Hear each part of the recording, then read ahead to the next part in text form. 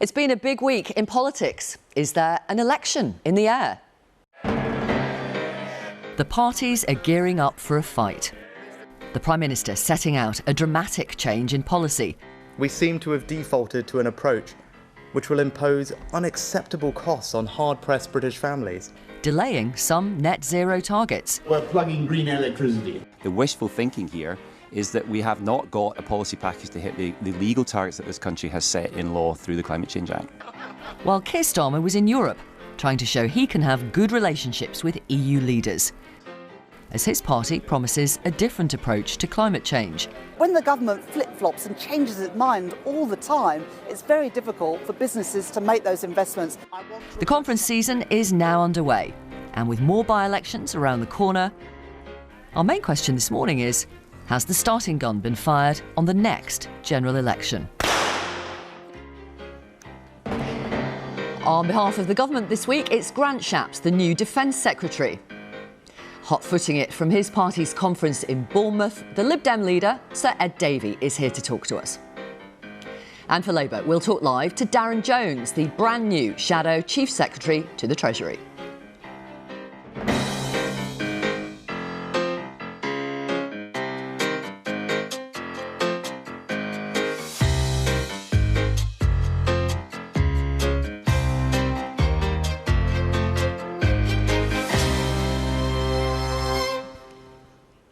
Hello, obviously I'm not Laura.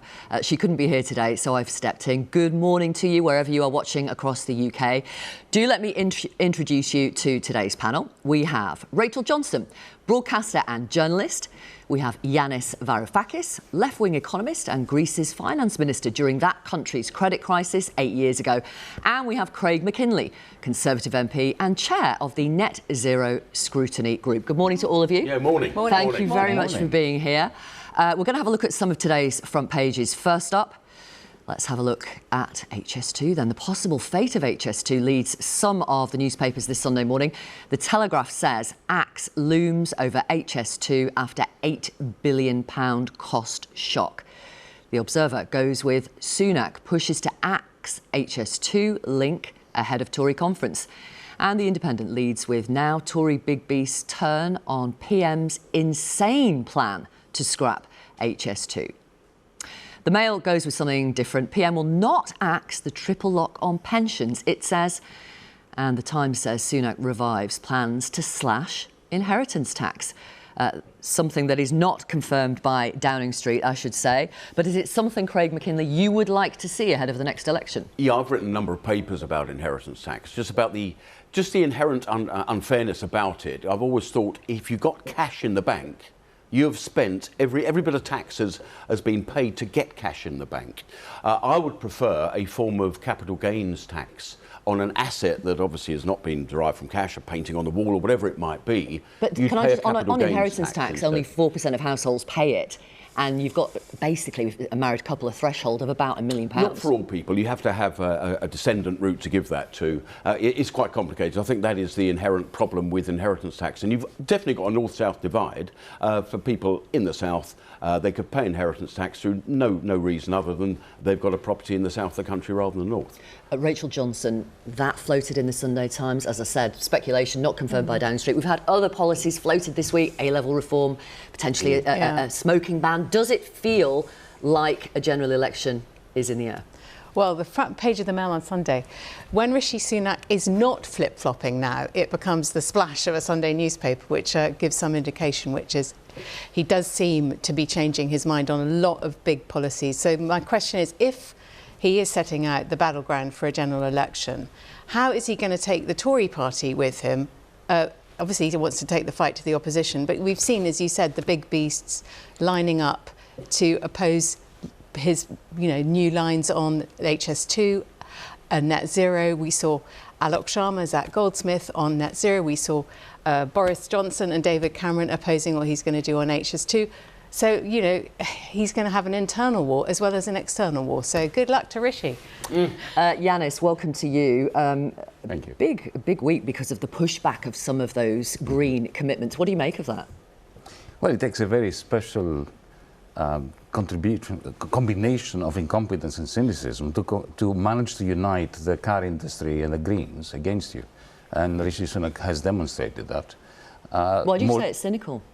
Well, because it's very clear that this was the result of the Uxbridge by-election and what's happening in the Netherlands, where there is a backlash from nativist, rightist, anti-climate policy segments of the population. And a desperate prime minister is trying to appeal to that particular clientele, destroying all the credibility that governments, Tory governments, have tried to build up regarding commitments to net zero. OK, we're definitely going to get into that this morning with you on the panel and with our guest today. Rishi Sunak spent nearly a year trying to steady the ship after Liz Truss's stormy days in office, but now with an election looming, he's coming up with a bunch of ideas to try to show you what he really stands for.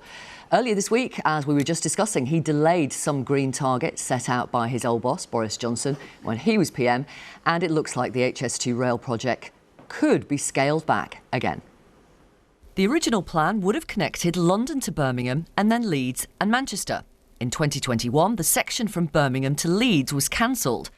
Then we heard the line might end in West London rather than going all the way to Euston. And now the Birmingham to Manchester bit is in doubt as well. So what is Rishi Sunak's plan? Let's ask Grant Shapps. He's just been made Defence Secretary, but in the last few years you've had quite a number of relevant jobs for talking about the green stuff and HS2. When you were Transport Secretary in January 22, you launched the most recent plan for HS2, which would have taken it all the way to Manchester. Is the plan you laid out then going to be delivered in full? So I think the first thing to say is that I'm reading a lot of this in the newspapers, but there have been no announcements other than the change on net zero, which doesn't change the outcome, which is 2050 still. But on HS2, we do have to respond to the budgets. In particular, we've been hit not just by coronavirus, but also by the war in Ukraine. And I think any responsible government looks at that and says, does this still stack up for what the country requires in terms of where it's spending its resources and at what time? In other words, the sequencing of that expenditure. Doesn't sound good then.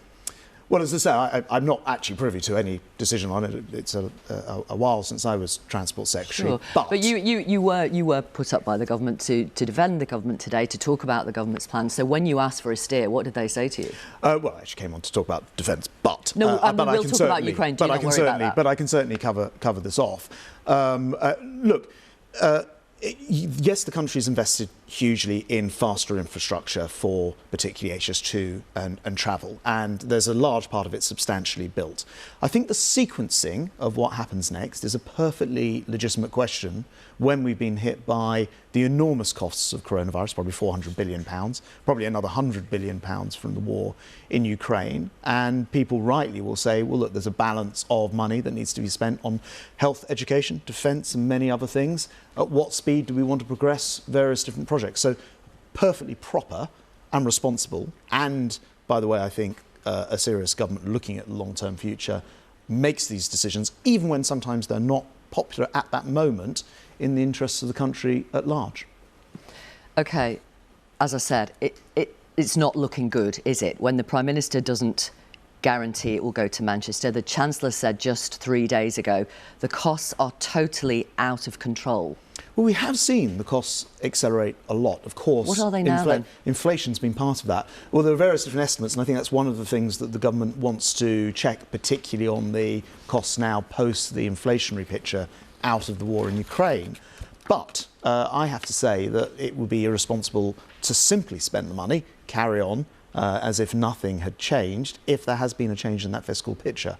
Having said that, we've spent £33 billion on transport just in the north alone since 2010, and we have plans to, for example, build East-West Rail. That's a line between Leeds and Manchester. So HS2 isn't the be-all and end-all, and there are many other plans as part of that. I will talk about that line across the Pennines, because there are a number of people who say if you don't carry on with HS2 from Birmingham to Manchester, it makes the improvements across there impossible. But let me come back to that. You talked about, or the Chancellor told us, that the costs are, quote, totally out of control. Does the government accept some of the responsibility for the costs being out of control? Well, there are a lot of things that will have contributed, inflation being primary amongst them, which is why we've worked so hard to try to ensure we can get inflation down. Sure. That means, by the way, one of the big things you do to stop inflation going higher is not continue to borrow money which is unaffordable and therefore pushes up interest rates and therefore adds to your debt costs and interest charges. So that's why it's important to sort of take all of this. Sure, I understand that, but are you, as the government, accepting some responsibility for the costs going up, or are you claiming it's all external factors? Well, I just think that, and I was obviously in charge of this project and watching it very, very carefully, what we saw quite a lot of the time was bids that had gone in increasing over a period of time, for example, because environmental considerations were making it more expensive to complete various different parts of the Sorry, project. just so I'm clear. Is the government accepting some responsibility for the cost going Well, up? I'm not trying to dodge any responsibility. Governments Are you saying yes then? Well, let me answer properly. Please. Governments take responsibility, and a responsible government does that for everything that it does. But of course, things like an unexpected shock in inflation due to the war and the energy prices and what have you are beyond a government's control. Absolutely, And which that is why I what mentioned external Which is what forces. we're now responding to quite properly. John Dickey, chairman of Business London, you may know him. He says, quote, "The general chopping and changing is a big reason why the costs have risen over the last decade." He gives an example, the pause earlier this year in the work at Euston. Firms working at Euston had to lay off or redeploy hundreds of workers. That costs money. Yeah. That's your responsibility. And you always have. Look, every economist will tell you there's this thing called sort of sunk cost where all this money's been spent, and so everybody says, well, in which case we just need to carry on spending regardless. That is not a responsible thing for a government to do. I understand it's always easy for those who aren't having to make the payoffs between the balance between health, education, defence, expenditure and everything else to say just carry on spending as if there's no tomorrow. We have to be more responsible. But it's happening. And that is what we're doing. Have you not been responsible up to now then? Because yes, HS2 is the company that runs it, but the Department of Transport oversees it. Yeah, the Department for Transport does that. But as I mentioned just a moment ago, we've seen very, very high global inflation in a way that no government could have predicted, adding to the costs, and that's primarily what drives this. Okay. Right. Andy Street, you'll know him well, Conservative Mayor of the West Midlands. He says this would be a disaster for the country if Birmingham to Manchester doesn't go ahead, leaving us with the most expensive white elephant in UK history. And there it is. Is he wrong? Well, first of all, the bit to Manchester to Birmingham is. I'm asking about Birmingham to Manchester. But the first bit is massively constructed, it should be said. If that was left empty, then of course that would be entirely correct. Birmingham to Manchester is on a slower timetable, and I think what we're talking about. Hang on a minute. You're not answering the point. Andy Street says if you don't go from Birmingham to Manchester, it will be a disaster. Is he right? I think my point is this would be rather jumping the gun because because no decision has been made and no announcement has been made. We are, of course, just talking off the back of stories that have been in the papers. Although it's I'm asking about the impact. How about another Conservative? As we bring HS2 to Manchester, our £96 billion investment will bring communities together, create thousands of jobs, generating prosperity and opportunity across the North and Midlands. You know who said that, don't you? Yes, the £96 billion is not about HS2. That was you? Yes, but it's not about HS2. That's about something called the Integrated Rail Plan, which is to do with, for example, East-West Rail and many other developments in the North. As already mentioned, we've already spent record amounts on infrastructure in the North. It says, as we bring HS2 to Manchester, that's what you said. Part of that is HS2. A large chunk of it is actually nothing to do with HS2. The £96 billion is an integrated rail plan, which does much more through Birmingham, through the East Midlands, and up to Leeds and across Manchester. But then, if it doesn't go ahead, isn't it logical then to suggest the opposite of what you promised will happen, that cancelling HS2 to Manchester means people in the north of England don't get the jobs, the prosperity and the investment you personally promised them? No, I don't agree with that at all, because we've done so much to level up, including, as I've mentioned a couple of times, more expenditure on transport, particularly rail, in the north than I think any government previously. And we are committed still to spending money on our infrastructure, particularly our rail infrastructure, which, by the way, has a massive in-year budget other than just HS2. So how are you going to do that, the Northern Rail powerhouse, across the Pennines without HS2? Well, the two things are independent. That's effectively HS3 across the Pennines. But the point is this. You have to make decisions about whether you're going to invest in, for example, local transport schemes, which might be very helpful for people who are commuting. Obviously, the large things like HS2, which I think is the biggest construction project in Europe, suck up a lot of that money.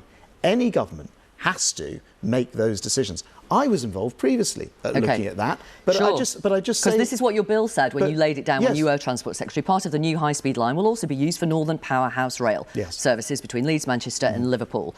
So people in the Midlands and the North now say the Trans-Pennine improvements will not be able to happen if HS2 Birmingham to Manchester doesn't go ahead. Are you saying it can? Well, one, as I say, no decision on HS2 yet. Two, we're not talking about the Northern Powerhouse Rail bit either way here, no, but the which two is a are separate linked. thing. The two are linked. Well, all railway lines are linked ultimately, but that's not what we're talking about here, and that's conflating two separate issues. But I'd still go back to the main... But are you saying the improvements can go ahead then on the Northern Powerhouse Rail, even if HS2 from Birmingham to Manchester doesn't? You'll forgive me, I'm not the Transport Secretary or the Chancellor, and I certainly can't... It was you who made the links when you were Transport Secretary. The point I'm trying to make is that every government has to look at the overall budgets and then make serious decisions which go beyond the sort of back and forth in a studio like this. Okay. To say, is this affordable under current circumstances? I'm absolutely confident, for example, that when those statements were made, no one knew we'd be in a war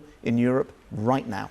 With all of the consequences, all of the costs and all of the inflation. Of course, and any government that doesn't go back and then look at it is crazy. If you do scrap it, of course, it would free up money for tax cuts before the next election. Is that what's going on? No, again, I'm not, on your programme to announce some budget before the next election. No, you're in Cabinet. You're part of these discussions. Here, largely to talk about defence, but I'm happy to cover these issues off. And I would say the government will come forward with its plans in due course. Okay. But right now, you will have to wait for those plans, I'm afraid. Let's talk about what Rishi Sunak did announce last week, pushing back some of the government's own deadlines on various green measures. One of them, obviously, the deadline on banning the sale of new petrol and diesel cars. Do you back that? Entirely. Do you? But I want to correct something that has sort of got out there. We have already exceeded all of our carbon budgets. We have the leading position in the G7 in terms of the amount of carbon that we've reduced. And that so-called pushback to 2035 was always the end date for the sale of petrol and diesel cars. What's been missed in this discussion is that what's been moved is the cut-off in 2030, where all cars would have to be hybrid to be sold. But they were always allowed to be sold petrol and diesel if they wwere hybrid through to 2035. OK, because that's not what you said earlier this year in March. You said we have set our path, which is by 2030, we'll see the end of the sale of new petrol and diesel. We'll always be more forward-leaning on this stuff from the EU. Yeah, of pure petrol and diesel by 2030. That was always the policy. 2035 has always been the final phase-out. What we've discovered is that we are running ahead. I don't think that's right. It is 2030 right. Was when the ban on new petrol and diesel was coming in. No, that's incorrect. 2030 was the date at which you would have to sell a hybrid car, but it could still have a petrol and diesel internal combustion engine. 2035 is the date where that would end entirely.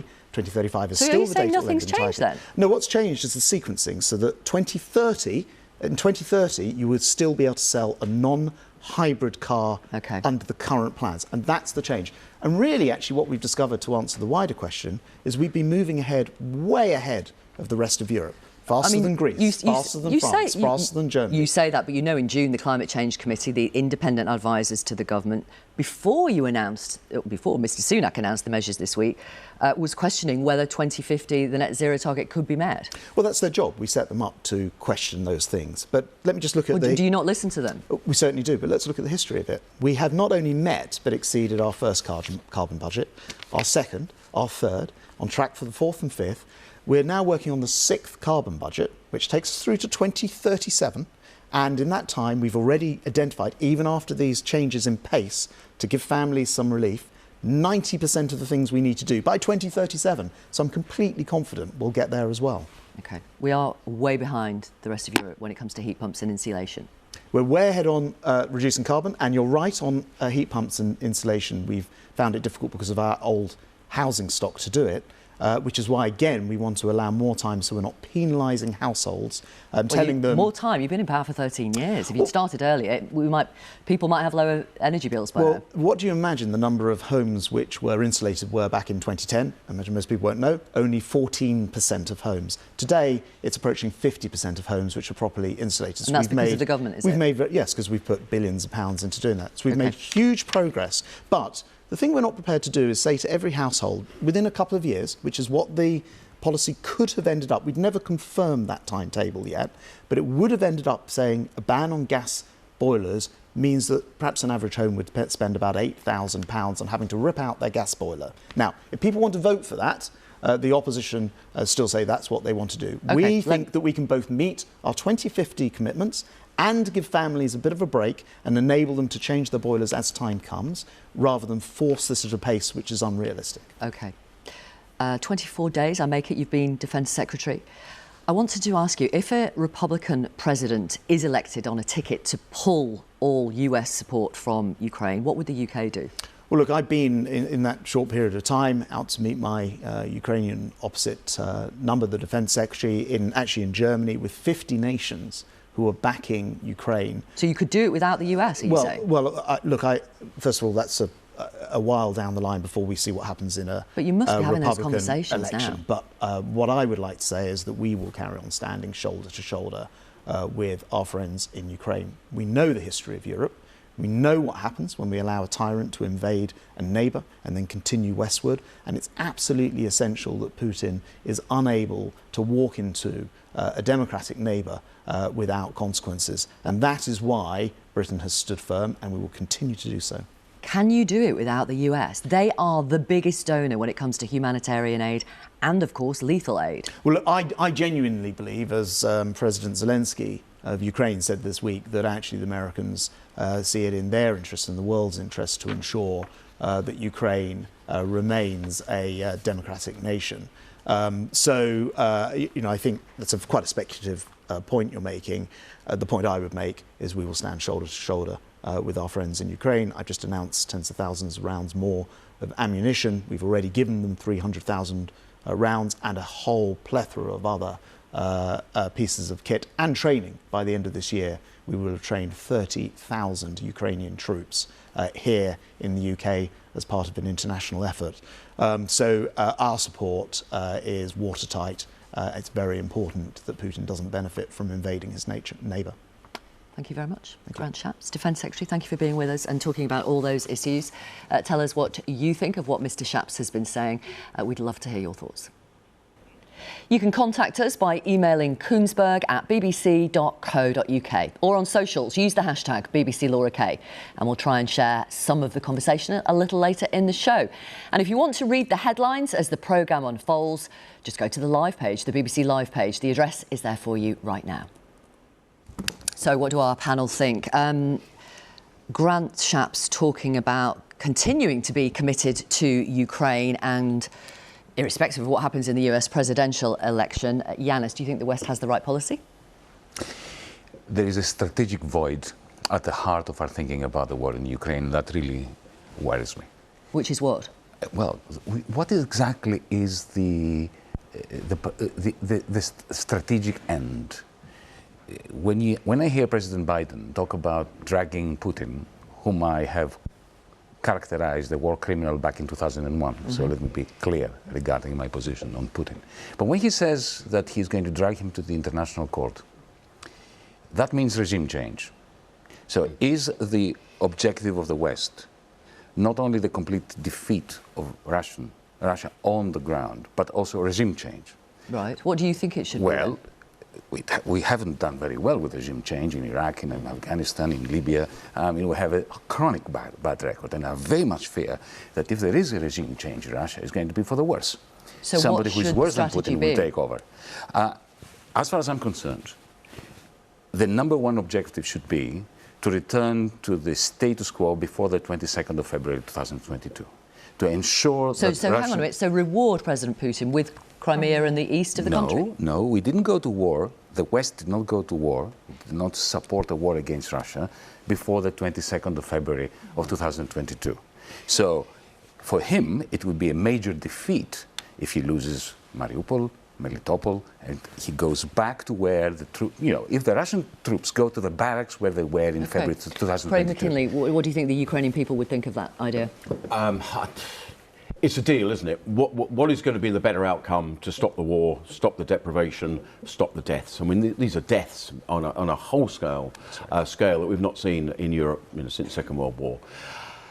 I think Yanis makes some very good points. What is America going to do? It is usually the linchpin. I don't think America will abandon this, actually. I think they will stick with it.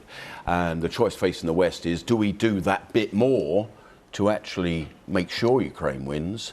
Or do we just sort of allow this war to continue? Now, what worries me more than anything, a bit like the Balkan Wars, first 6 months, front page, then it goes to second page, third page, fourth page. And I feel that we're going up that route now with Poland Ukraine. Has absconded. And Poland is unhappy because of, rows about grain. It feels like the coalition is just a little bit fractious now. Okay. When you say what is good? What is good for the West? Help Ukraine win. What define win? Well, what is a victory? We've given the Storm Shadow missile, which seems to be doing a lot of the heavy lifting in Ukraine. That's damage, but it's sort of victory. For many Ukrainians, I've interviewed many of them over the last year, winning is pushing Russia out of Ukraine. But what does that mean? And Crimea? I think that's possible to do. That means... Does it mean Crimea? That means an independent Ukraine from the borders in 1991. That means get them out of the whole of Ukraine. And what Yanis suggested would mean not just regime change in Russia, it would mean regime change in Ukraine, because now the Ukrainians have fought this bitter war. They're not going to accept any concession on the part of Zelensky when it comes to Crimea. I'm going to pause there. That is always a problem. And you see, one of the great concerns I have is what happens to Ukraine after victory. Because let's not forget that war concentrates the mind and creates a huge coalition, patriotic coalition, and then it starts. Think of the Mujahideen. The West helped the Mujahideen defeat the Soviets, and the moment they won, they started fighting one another. But my concern is that we should minimize deaths and have a coherent plan for rebuilding Ukraine. Personally, I would like to see the question of Crimea going to the United Nations. Okay. I come from Greece. Let's pause that there. The Cypriot question has been discussed for decades, but at least people are not being Russia is not there. Rachel, you voted Green, I think, at the last election. Is that right? I did admit that on my LBC show last week. So what do you make of the announcement from Rishi Sunak last week? I don't know about you, I felt quite confused by what Grant Shapps was saying about the announcement, because my understanding is... Which announcement are we talking about? The petrol and diesel car deadline being pushed back to 2035. What did I feel about that? What does it tell you about Rishi Sunak's strategy as we head towards an election? Well, I think what it tells us that Rishi Sunak is going to make... I mean, the lectern that he stood in front of in Downing Street said something like long-term decisions for a brighter future. As I saw it, I thought, no, we're making short-term decisions for a darker future when it comes to transport infrastructure, when it comes to net zero, and all these things. These are populist measures he's going after. These are he's equating green with expensive, which is wrong. Green is going to be very good for the economy if they grip it. So this is what I felt when I heard that. Does it feel like, I mean, we haven't got a decision on HS2, it didn't sound great. Well, it didn't sound good as you picked up. Does it feel like Rishi Sunak is unpicking some of your brother's legacy? Well, actually, HS2 is not his legacy. I mean, it was a Labour proposal. Sure, but I mean, he was the one in 2019 who said, we are going to level up. Well, I do think we need better transport infrastructure in this country, and there's no point kicking the can and making future generations pay for these big decisions. These decisions are hard. They should be taken now. And because if you defer these decisions, cost more in the long run. That's true, isn't it, Craig McKinley? It costs more in the long run. I was always worried about HS2 from day one, way back when.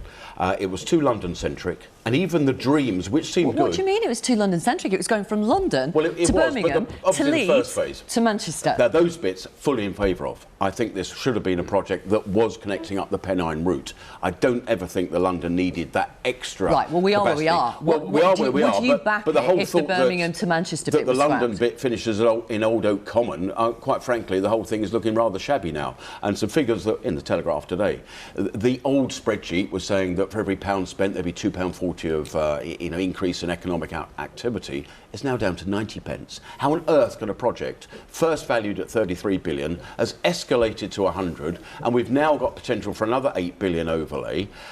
Dreams have to hit reality someday, and that's exactly why I think is part of the reason behind the change of the, you know, the car ban and the oil and gas ban. It's reality, it's pragmatism, Okay. and we're going to hear a lot more of that. If that's true, how do you get growth then, Yanis, if you're cutting back on spending on infrastructure? Well, you shouldn't cut spending on. Well You said, just Yanis. shouldn't. It's really, and also, but allow me. You know, I'm coming from outside. I don't have skin in the political game here. From the outside, Britain is looking like a country that is becoming very introverted and unable to pursue a large-scale modernization scheme. You had this plan for HS2. The way it looks from the outside. Which was supported financially by the EU. Don't let's forget. Is it? Was it? Yeah, I think it was. Well, yeah. there's no money. doubt Yeah. that the British state can support the building of proper railway infrastructure. You can, if you put your mind to it. But it's also a question of credibility. When governments, successive governments, say we're going to build a fast train to Leeds, just get on and build it. Because otherwise, Even if the you are costs simply rise. revealing. Look, penny pinching has its place. But We're talking about billions and billions and billions. You know, all the great modernizing projects of the 19th century, of the Victorian era, they overshot. They cost a lot more money than, you know, the railways in the United States bankrupted all the railway companies. But you left behind an infrastructure on which, you know, the modern world has I been would say built. that money could be better spent on smaller infrastructure projects. Just look at, not too far from here, the Lower Thames Crossing. We've been talking about it for 20 years. We're in about the 4th iteration of a consultation period, and not one bit of turf has been But turned. as Andy Street those says, sort of projects are Conservative cheaper colleague- and I think more economically valuable than some of these As Andy grandiose Street ones. says, Mayor of the West Midlands, Conservative Mayor of the West Midlands, if you don't carry this on now, you've actually got a white elephant from Old Oak Common, which is in West London, near Acton, to Birmingham. We don't need that. I agree with it. You should. Yeah. But we've spent the money. Well, just build it all the way to Manchester then. Otherwise, don't do Unless it it. connects up to central London, I think this is rather a wasteful project now. I really struggle with it. It has to go to Manchester, otherwise it's a And joke. You might as well end it at Watford. Whose responsibility would it be if this extra bit is scrapped? It's not an extra bit, it was integral at the beginning. If this bit is scrapped and we have what is described as a white elephant by some Conservatives? I Your think Prime is Ministers. well. Your Prime We Minister, come and cannot say just it, keep Craig. spending. Sorry, so what's the answer to the question? I mean, this will Sorry, be Craig a Kinley, debt that what's the my answer to- daughter of 4 will be paying. Whose responsibility is it if it's a waste of money? Well, it will be the HS2 Limited, who have not managed this project well, in my view. Oh, no. Overseen And by the I think government. they have You- not managed this project well. You can't and share I'm the afraid- political responsibility for Oh, no, this. the political vision is there, but it is the responsibility of an agent that's been appointed to do this job. How But on earth that can you have goes to the 33 heart of the billion issue. go to 100? You How see, can you do that? With all this subcontracting, you have the deprofessionalization of the civil service. You no longer have in this country, after years of subcontracting, within the civil service, the capacity to design, plan and see through large modernization projects. You know, you end up with contractors working for private companies, talking to contractors working for the government, and no one being in a position to advise the government on what they should be doing. Well, the Department of Transport oversees HS2 Limited. It doesn't operate in a vacuum. Pause there. Thank you so much for the moment. We will be back with you very, very shortly. Now, in the last general election, the Liberal Democrats won just 11 seats. The leader, Jo Swinson, lost hers. It was a really dismal time for the party. But since then, they have had 4 by-election victories, all of them in what were Conservative seats. Here's a reminder of their leader, Sir Ed Davey's approach to campaigning. 3, 2, 1.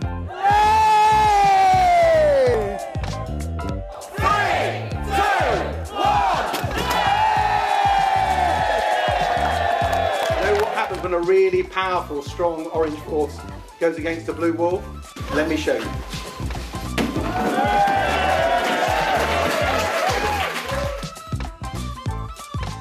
Their party conference started yesterday in Bournemouth. Sir Ed Davey has come to join us and to talk to you today. Good morning. Good morning. Thank Nice you to be on very your much show. for being here.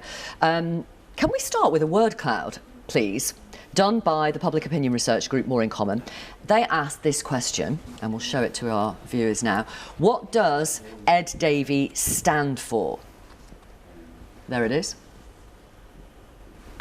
They've got absolutely no idea. What do you think of that? Well, I'm glad I'm on your show to be able to explain what I stand for, and in the general election I'm sure people will hear. And it's about, for example, improving our health service and our care system. It's about helping people with the costs of living. They're in real struggling with mortgages and rents. They need political parties to say how they're going to help them. It's on the environment, where we've, for example, led the campaign against the awful sewage dumping. So we're getting over our ideas. Is there work to do? You're absolutely right, Victoria. But you've been leader for 3 years. They've got no clue about Well, we've you. been winning by-elections, as your clip showed. We've been having success where people have heard our message, particularly in Conservative heartlands. People have been switching to us. I'm really proud of what my colleagues have been doing up and down the country, because it's not just in those by-elections that you showed, where we were persuading lifelong Conservatives to vote for us. It's also been in council elections across the whole United Kingdom, where we've been defying the polls, defying what our opponents and people have said about us, and actually winning, because people have been hearing our message. Won't say don't know, they say yes please, and they've been voting for our parliamentary candidates and our council candidates. Let's have a look then in a bit more detail at some of your policies. Housing, massive issue for renters, for people wanting to buy. In 2021 you said, or your party said, your policy was aiming to build 380,000 new homes a year. This year, you scrapped that target. You said you're going to focus instead on council housing and social housing, and you're committing to 150,000 of those homes a year. Is that enough? Yeah, well, we're debating this actually on Monday at Bournemouth, exactly this, what do you think? This issue. And I think we do need a target for social housing. That's something that... Why is 150,000 enough? Well, that's on social housing. We want to build more houses with the private sector. But on the social housing, I'm really glad you picked that up. My wife is a councillor in my constituency, and she's got the lead on housing in the council. And she's now developing the largest council house building project we've had for over 40 years. And it's that sort of investment in local communities to provide the affordable housing that Liberal Democrats stand for. Right, because the Housing Federation says we need 300,000 homes a year. And government targets are needed to focus people's minds, to focus private developers' minds to make that happen. Well, we have a target on social housing, which is what's not being built at the moment. I'm asking about... Yeah, I'm coming to that. But it's really important to make the point we do have a target on social housing, because that has been the sector that's seen nowhere near enough investment over many, many, many years. And if you don't qualify for social housing? Well, first of all, if you do build council houses, and this is often not understood, you free up a lot of houses in the private renter sector. Just like that? Well, yes, again, it's really important. It's a problem across the whole country. Councils over recent years have had to, because they've not had enough council houses, put people who needed housing in the private renter sector. And we've now seen the private renter sector, because of Conservative policies, contract. Councils now having to spend huge amounts of money going over budget by putting people in temporary accommodation in hotels. So our policy was actually really good value for money, providing proper council houses, so councils could house people. You keep focusing on council houses. I absolutely understand the reasons why. Let me ask the question. Please, can I? Why have you got rid of the 300,000 target? Well, we think top-down targets lead to developer-led approaches, as we've seen with Conservatives. And what you see with the developer-led approaches, you see the wrong houses being built in the wrong places. Don't take my word for it. That was what Theresa May said. And our approach, and it's been tried and it's worked, is a community-led approach. What does that mean? Well, it means that you have things like local neighbourhood plans. Right. We legislate for those. So that means the community can object to planning? Well, actually, the community is involved in the whole stage. Sure, which means they can object and stop houses being built. And they can in the developer-led model. But in the community-led model, you take them with you. And let me explain where it's been done, why it's worked so well. Briefly, please. It results in houses that people want, in the places they want, with the infrastructure they want. So often you hear that people are objecting not to houses, but they're objecting to the fact there's not enough GPs, there's not enough schools, that the water infrastructure can't take the new homes. So a community-led approach means you're not just thinking about the houses, but you're thinking about the whole community infrastructure. That's what's been missing, and that's what we're keen to deploy. OK. I mean, is what you're saying really, this policy is about appealing to Conservative voters in Conservative constituencies that you are targeting as we head to the next election? I actually think our policies on the health service, on the environment... I'm asking you about housing in Conservative constituencies. Well, I mean, I think they are popular amongst many people. I think our council house building You project. keep talking about the council house policy. We've talked about that. We know what the target is. I'm asking you, Lib Dems have had success campaigning in Conservative constituencies where you've campaigned against local housing developments. Is that what this is about? Be straight. No, it's absolutely not about that. What we said, for example, in the Cheshire and Amersham by-election that we won, and people said we were against houses everywhere, what we were against was developer-led model. And I can't stress this enough. When you take communities with you, you do see more houses being built. Don't take my word for it. There was a report done by the government department responsible that showed that the neighbourhood planning that Liberal Democrats wanted and want now leads to more houses being built. Okay. But they have the support that they need from the local people. Let's talk about relations with the EU. In 2019, you branded yourself, the Lib Dems, as the Stop Brexit Party. Now you're saying people on the doorstep aren't talking about Brexit. Are you going to go quiet on it as well?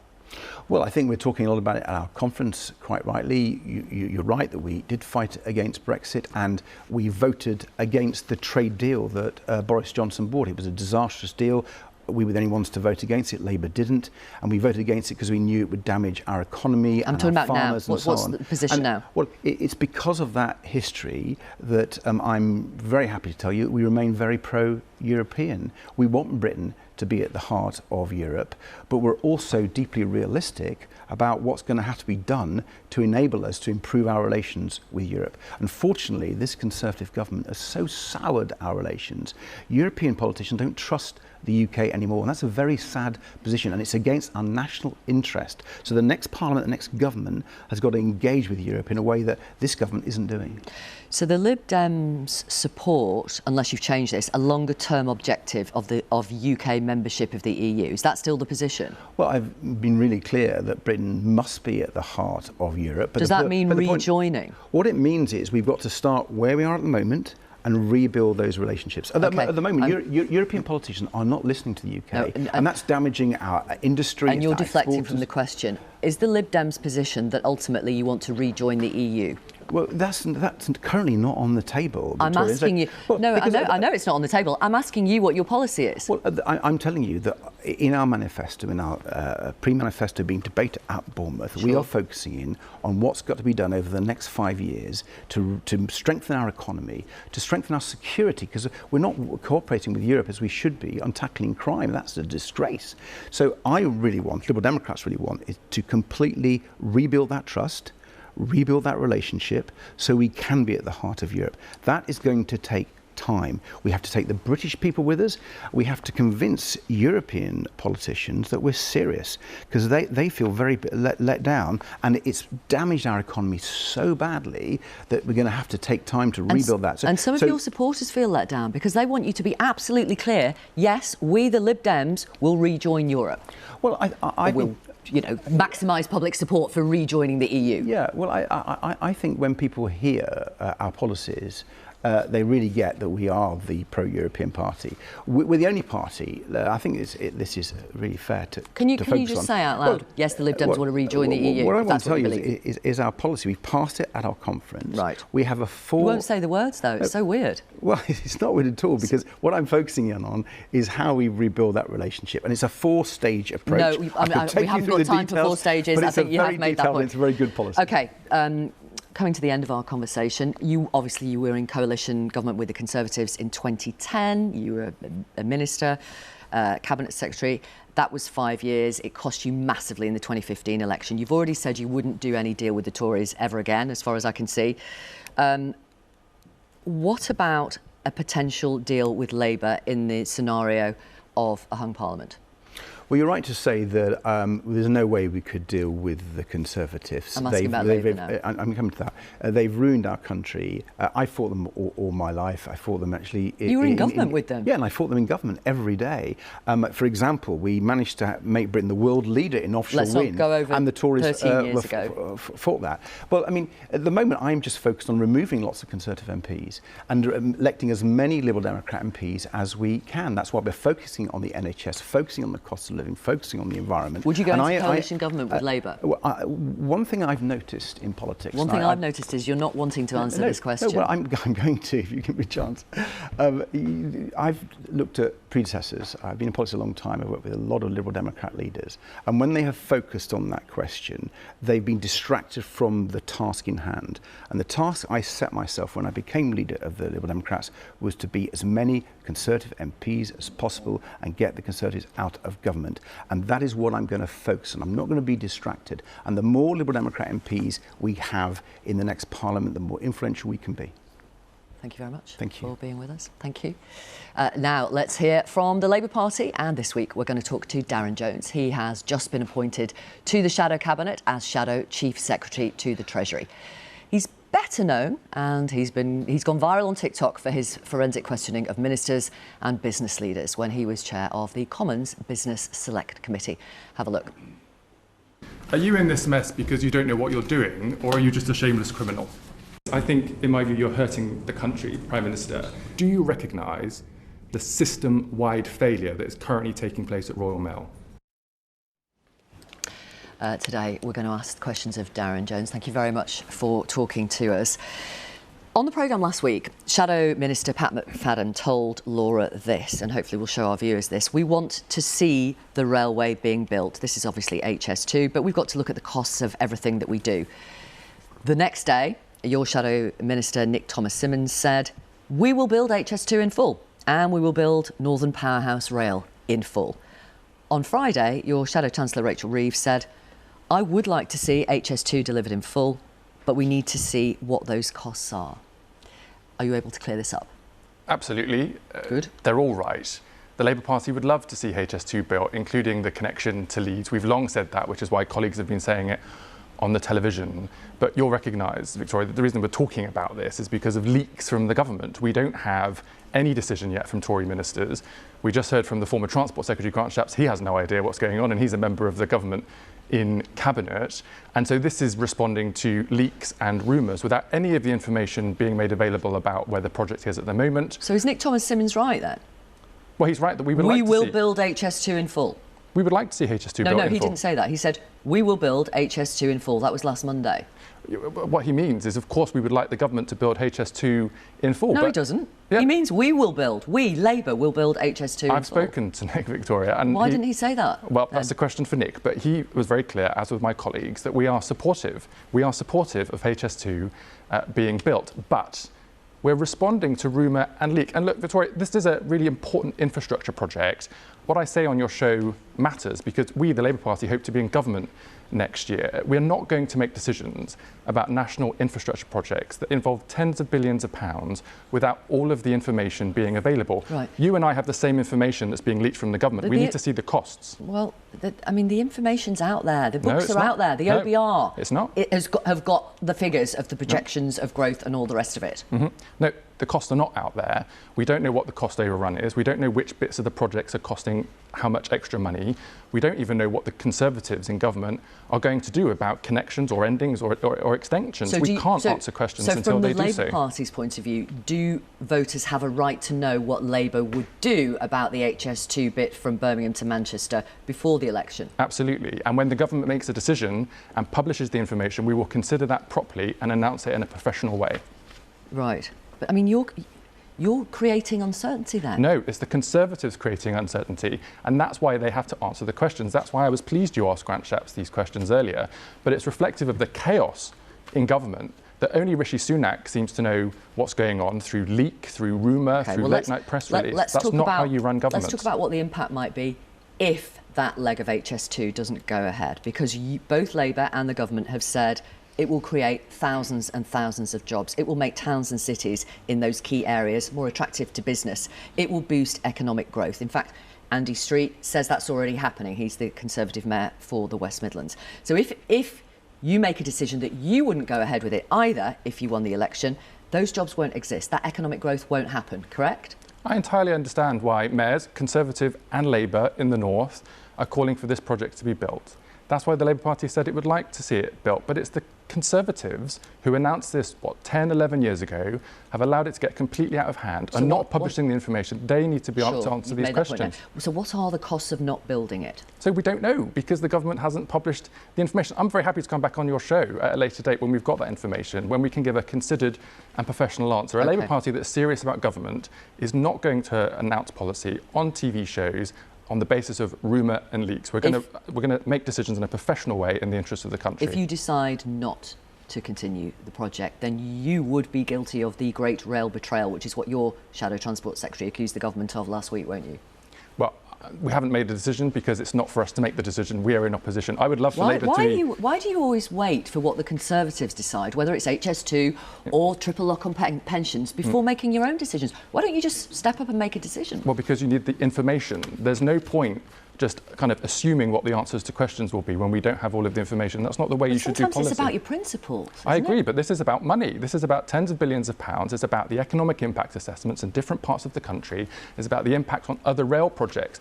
What I'm not going to do, Victoria, is come on here and answer hypothetical questions that has a consequence, an impact for the workers building this railway, for local communities, for regional mayors. The Labour Party is a serious party preparing for government. We're going to do this in a proper way. Can I ask about what kind of relationship Labour, if in government, would want with the EU? So Keir Starmer says the Brexit deal that Boris Johnson got was not a good deal. And when it comes up for review in a couple of years' time, he says we will attempt to get a much better deal for the UK. What does a better deal look like to you? Well, the current trading relationship between the UK and the EU has not yet been fully implemented. And the Conservatives have already had to negotiate add-ons, the Windsor Framework, Horizon and other things. So what would a better deal look like then? So there are things that we would want to negotiate with the European Union around security cooperation, about further science and research cooperation, which we think is in the interest of British business, and where at all possible to make it easier for businesses to be able to sell their goods and services into the European Union. And do you have evidence to suggest the EU would be willing to give us what you call a better deal?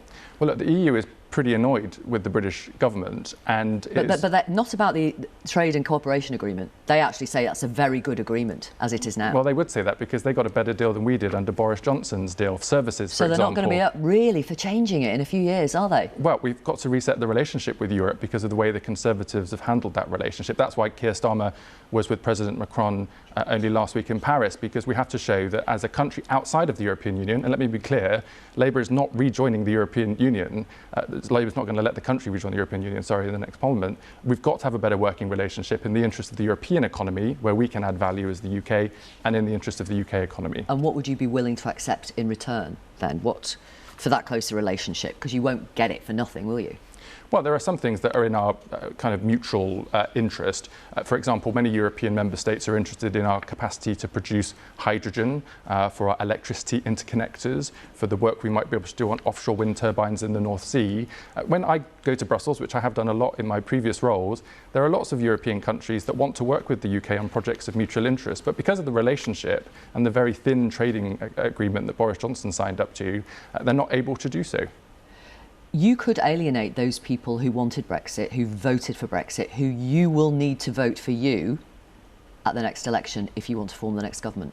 Well, look, it's the Conservative Party that made promises to people about the benefits of their Brexit negotiations. It's the Conservatives that negotiated a trade agreement that was not good enough. But it's you who's suggesting a closer relationship with the EU and some kind of quid pro quo, and that could alienate people. I think most people, whether they voted for Brexit or not, recognise that it's in the interest of British business to be able to sell things that they make to customers in Europe. That is entirely different to us being a part of the European Union. Labour is not saying that we're going to be part of the European Union. We're not. But we do want to make it easier for British business to sell things to European customers. Do you understand why some voters might not trust what Sir Keir Starmer says about Brexit because he's changed his position so much over the last few years? Well, Keir Starmer had a personal view, which was the view of the Labour Party in the past. We lost an election in 2019 very significantly. The Labour Party's changed under Keir Starmer. It's listening to the wishes of the British people. So he's changed his principles as well, has he? It's not about principles. It's about acting in the best interest of the country. And you've just listened to Ed Davey. No political party is saying for the next election that they would take the UK back into the European Union because practically it's just not a viable option on the table. But do you want to? No. Right. Because you voted, obviously, Remain and all the rest of it. I did. Yeah. But that option is just not on the table, either for the UK or for the European Union. OK. Thank you very much. Pleasure. Thank you for being with us today. Darren Jones, who is Shadow Chief Secretary to the Treasury. Thank you. It's nearly 10 o'clock and we've had a very full programme today. Let me take you back to earlier in the programme when we asked Grant Shapps about the future of HS2. Is this affordable under current circumstances? I'm absolutely confident, for example, that when those statements were made, no one knew we'd be in a war in Europe right now. With all of the consequences, all of the costs and all of the inflation. Of course, and any government that doesn't go back and then look at it is crazy. Thanks very much for getting in touch this morning. Various of you have been emailing in about HS2 wherever you are in the country. Matthew Walker says, when HS1 has been completed in the South East in full, how can elected officials do this to the North and the Midlands? Sam in Greater Manchester says, I don't know anyone in the North who wants HS2. We'd rather the money be spent on connecting northern towns. Colin Ainsley isn't particularly impressed. He says, I'm Scottish. Stop this huge waste of British money. Thanks, everybody, for getting in touch. You can always message us on socials as well. Rachel, the Lib Dems. You once were a member of their party, actually. I did join the Lib Dems, yes. Their position on the EU, how do you read it? Well, Davey made it sound like HS2, he was going to give us a four-stage explanation of what the Lib Dems' new policy was on the EU, you know, like phase 1, phase 2. I just think, having listened to Davey and to the new Shadow Chief Secretary, I just feel there's a really open goal here for going into the next election for any party that's brave enough to do this.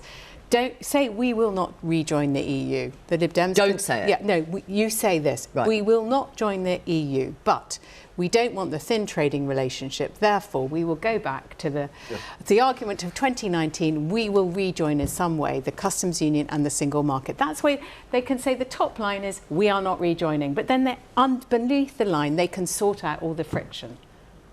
Yanis, what do you think? Well, I campaigned for the Norway Plus solution after the Brexit referendum because I thought that it would respect the verdict of the referendum because it would be out of the EU while creating a small C conservative period of 10, 15 years during which you would be in the single market and the customs union, as you said, Rachel, and give you an opportunity to do that, which the Johnson government and now the Sunak government have not done, which is to have a plan for Brexit. As you know, if you you're don't have a plan for in the single market and you're in the customs union, you're pretty much in the EU with absolutely no say whatsoever. Say you're not. We've got a That's the point. TCA which is deemed to be best in class as an international agreement for free trade, and our trade has increased now than back before COVID times. So it's absolutely year on year working. compared it's to working. when we were in We're not the in EU. recession. You don't have a Germany's in recession. You don't have a single trade agreement that is worth its salt. You do not have a plan for creating. CPTPP, you can't build the which HS2. nobody You else cannot create. You have absolutely no plan. I mean, isn't it you bizarre? We talk about the EU and we're having a row. If you talk over each other, no one can hear what you say. No. Briefly finish that sentence, then do come back in, Craig McKinley, and then to you, Rachel. It's very simple. There is still no plan for making Brexit work, and there's no plan by Labour for making the quasi-Brexit that they want. So, you know, a Norway Plus agreement would be a halfway house that would give you time to plan for Brexit, hard Brexit, soft Brexit, whatever kind of Brexit you want. Yanis is saying, it's a small C conservative proposal, the Norway agreement. Theresa May offered us a soft Brexit. Boris Johnson gave us a hard Brexit. Keir Starmer says it's a thin Brexit and he's going to deliver a fat Brexit. My position is there is no such, we want a good Brexit and there is no such thing. Well, I'd say we've got a pretty good Brexit. The TCA is a good deal. It's not perfect. I'm very annoyed about what's happened in Northern Ireland. That is still unsettled business. The Windsor Framework, in my view, I voted against it, is not satisfactory to leave a bit of the UK in an out hokey-pokey situation. It's a Good Friday agreement. You want to write that too? Yanis. No, I don't.